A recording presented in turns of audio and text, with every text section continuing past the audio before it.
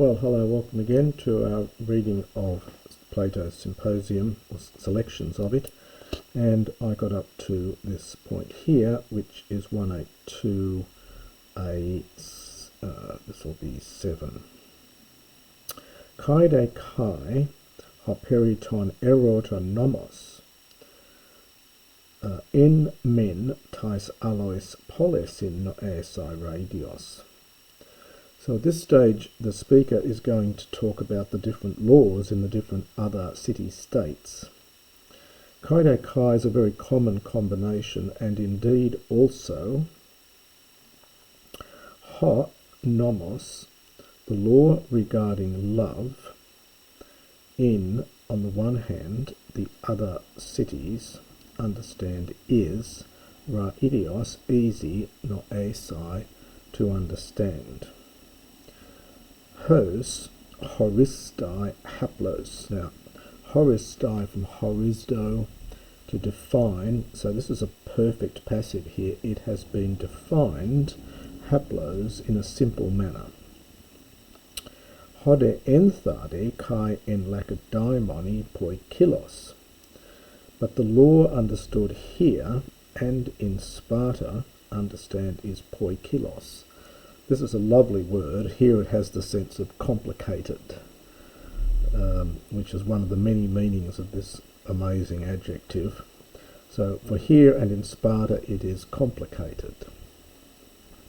We do get a little bit more about what's happening in Sparta in Xenophon's Constitution of Sparta, but this is what he says here, that in Sparta it's complicated, poikilos.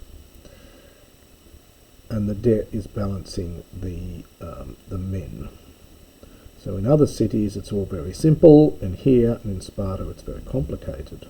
In eiladi menga kai en boiotois.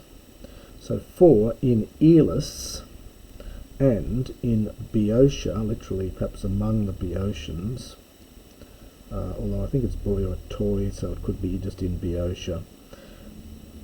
Kai hu me sophoi legain, and literally where, and then we get, it's a funny expression, me sophoi legain. It's something like where they do not speak cleverly, where there are no wise men to speak. So it probably is best here. So where there are not any wise men to speak, so where they do not speak particularly cleverly. Haplos, nenomothetei. Now this is a perfect passive from nomothetio, to lay down the law. So where it has been, where the law has been laid down, haplos simply, understand it is good. So well, the gratification to charizesthai, for lovers, understand, is good, is noble. Kai uk antis apoi, uti neos, uti palaios, hos iskron. And nor would anyone say, optative, neither young nor old, that, iskron, it is a disgrace. Hina, in order that, I think. Now, we get ekos in subjunctive after hina. Pragmata, well, again, it's a very word with lots of meanings. It can simply mean matters. It can also mean things that you've got to do, and hence they're bothersome. So, I think it says, in order that, in my opinion, they might not have bother attempting to persuade the young by an argument, inasmuch as they are unable, they're not very good at speaking. You could unkindly paraphrase this by saying, since they're not barely able to string two words together. So he says there, it's not a disgraceful thing to gratify lovers, in order that, in my opinion, or I think, they might not have pragmata, they might not have any bother, attempting to persuade the young by an argument, inasmuch as they are not good at speaking. They don't have the wherewithal to, well, almost legain in the sense of to debate or to reason. Taste Ionios kai alothi polakou iskron nemomistai. Now this is an interesting little passage here. At this stage, the Ionia would have been under the control of the Persians.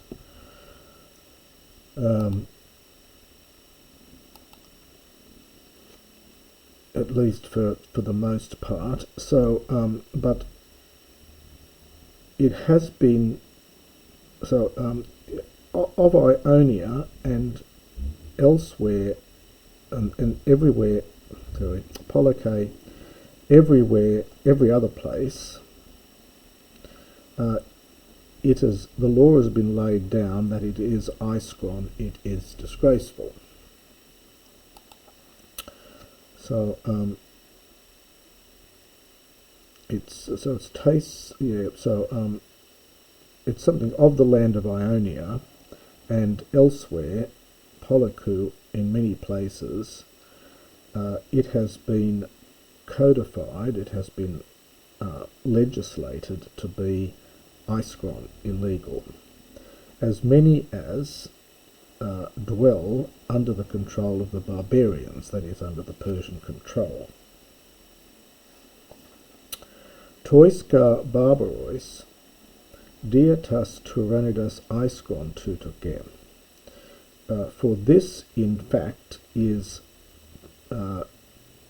disgraceful for the barbarians of their tyranny.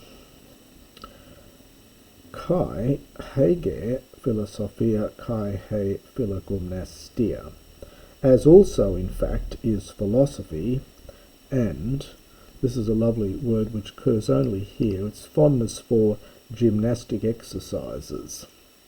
The word only appears here. This is again an interesting little section.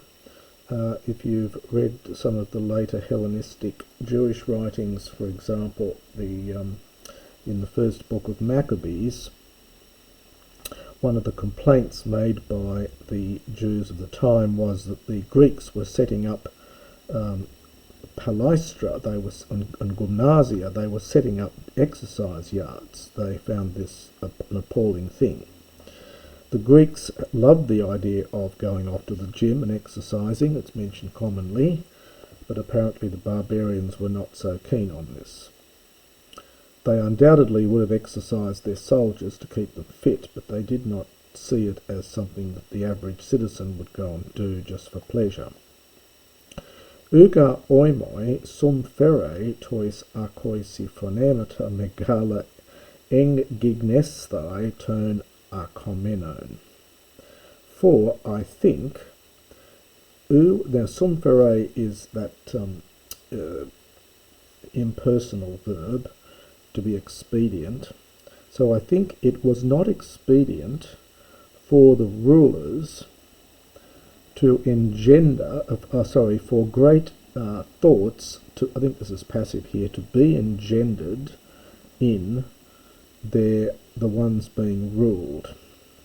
So it was not a good idea to engender great thoughts in the minds of those who are being ruled. It's not expedient for the rulers. Nor flias iskuras kai koinonias, nor strong friendships and partnerships. So one of the things the speaker's been talking about is these male lovers, and the tyrants did not like the idea of strong friendships and partnerships. Hode malista philae tata alapanta kaha eros empoiein. The thing which, in fact,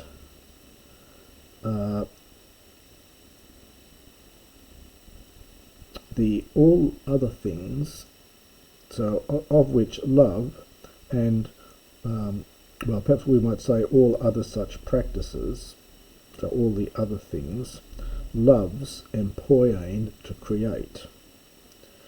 So this is referring back to these strong friendships and partnerships, the very thing, in fact, which love and other such practices, philae, loves, or we often translate this, is accustomed to, empoiein, to produce or to create.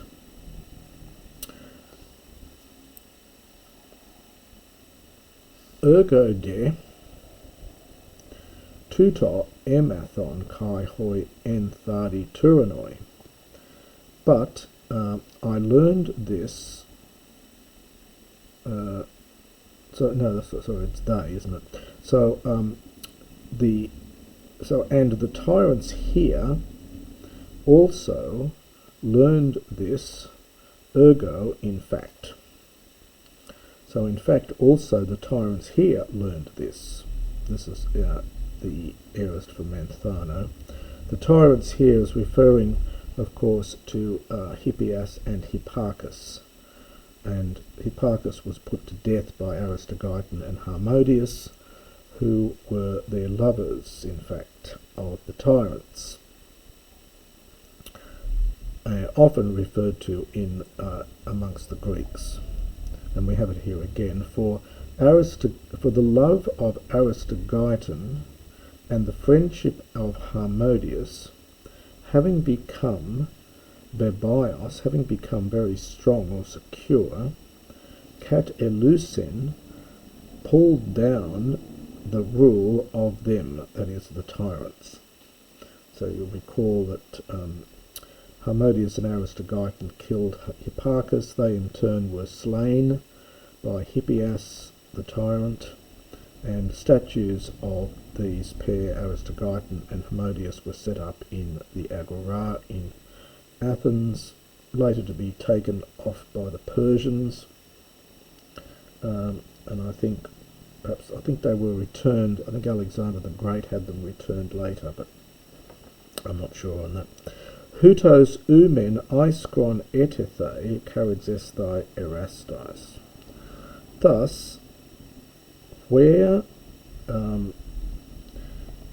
it has been laid down, this is an aorist passive from Tithami, so thus where it has been, the subject here is the gratification for lovers, has been set down as disgraceful, it has been laid down by the cowardice, by the wickedness of those who have laid it down, for those who've made it so. Again, this is just from Tithami.